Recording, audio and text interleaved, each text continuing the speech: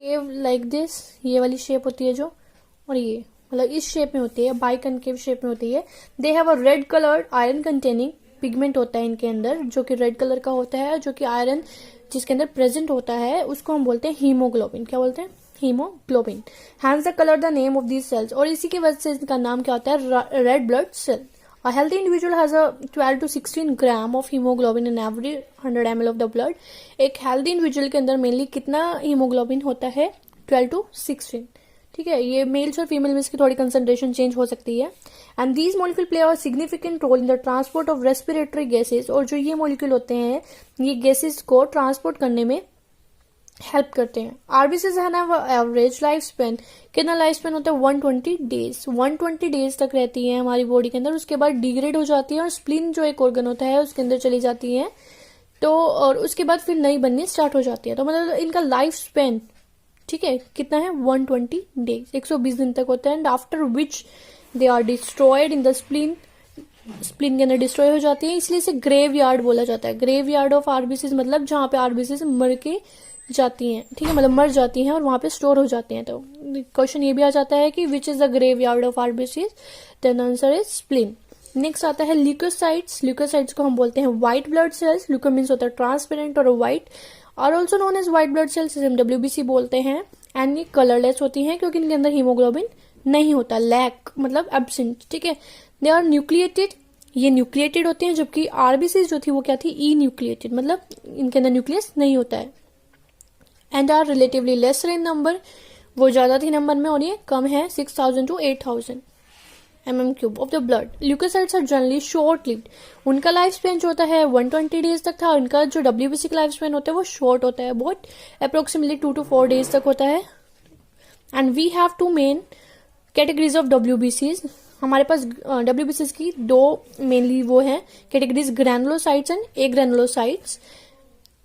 Neutrophils, eosinophils, basophils, ये different type के हैं। ग्रैनुलोसाइट मतलब ग्रैनुलोसाइट्स को आगे डिवाइड कर रखा है न्यूट्रोफिल्स में, इजनोफिल्स में और बेसोफिल्स में।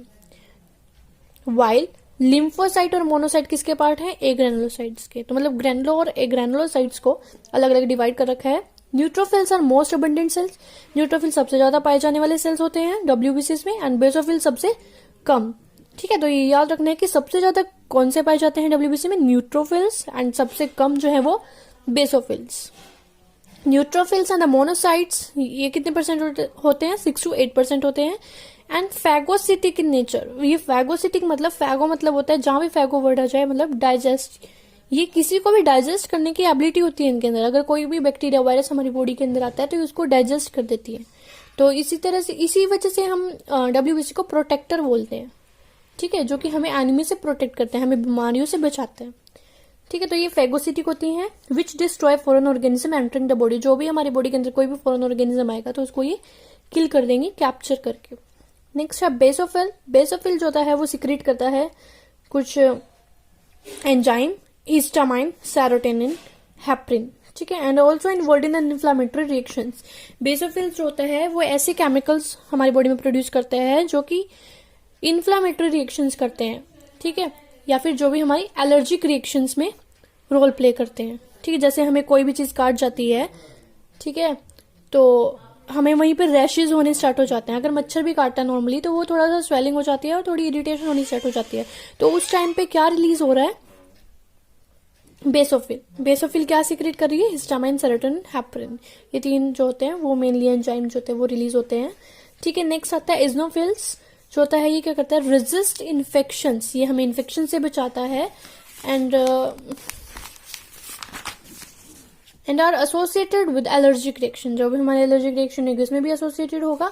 इन सब का डायग्राम जो है वो बुक में अच्छे से मेंशन है, आरबीसीज का, प्लेटलेट्स, इजनोफिल्स, इन सब का मेंशन है, न्यूट्रोफिल वगैरह ये सब, ठीक है, तो देख लेना। नेक्स्ट है लिम्फोसाइट्स। लिम्फोसाइट जो होती है वो 22 to 25% जो होती है वो 2 मेजर टाइप की होती है मेनली, ठीक है, इतनी परसेंटेज होती है इनकी ब्लड के अंदर। नेक्स्ट लिम्फोसाइट जो होती है वो 2 टाइप की होती है, B एंड T। तो इसको हम B lymphocyte and D lymphocyte भी बोलते हैं, या फिर B सेल और T सेल भी बोल सकते हैं। Both B and T lymphocytes are responsible for immune response of the body, हमारी बॉडी की इम्यूनिटी को बनाने में हेल्प करते हैं। इम्यूनिटी मतलब हमें बीमारियों से बचाने की हेल्प करते हैं, ठीक है। तो मतलब ये इम्यून रिस्पॉन्स को बूस्ट करते हैं, इंक्रीज करते हैं। नेक्स्ट आ जाओ प्लेटलेट्स, जो कि थर्ड फॉर्म्ड एलिमेंट है, जिसको हम बोलते हैं थ्रोम्बोसाइट। क्या बोलते हैं? थ्रोम्बोसाइट्स।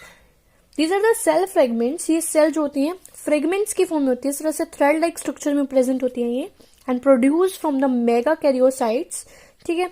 ये बहुत बड़ी सेल से रिलीज होती है, जिसलिए हम जिसको हम क्या बोलते हैं? मेगा। मेगा मतलब लार्ज होती है साइज में थोड़ी, कैरियोसाइट्स, ठीक है। सेल्स होती हैं जो कि कहाँ पे सीक्रेट होती है? बोन मैरो में। आरबीसी भी रेड बोन मैरो से रिलीज हो रही थी। नेक्स्ट है ब्लड, जो है वो नॉर्मली कंटेन करता है 1,50,000 to 3,50,000 प्लेटलेट्स, इतनी होती हैं। And platelets can release a variety of substance, most of which are involve in the coagulation और क्लॉटिंग ऑफ ब्लड। प्लेटलेट जो होती हैं ये मेनली किस में इन्वॉल्व होती हैं? हमारे ब्लड के क्लॉटिंग में और कोएगुलेशन में, ठीक है। A reduction in their number can lead to clotting disorder. अगर ये कम हो जाती है तो हमारी मतलब जो बॉडी में है ब्लड के अंदर क्लॉटिंग फैक्टर जो होते हैं वो कम होने स्टार्ट हो जाते हैं, and which will lead to excessive loss of blood from the body, जिसकी वजह से हमारी बॉडी में से ब्लड का लॉस होना स्टार्ट हो जाता है। तो हमें अनीमिया भी हो सकता है क्योंकि खून की कमी हो जाती है उस टाइम, ठीक है। तो these are the blood cell components.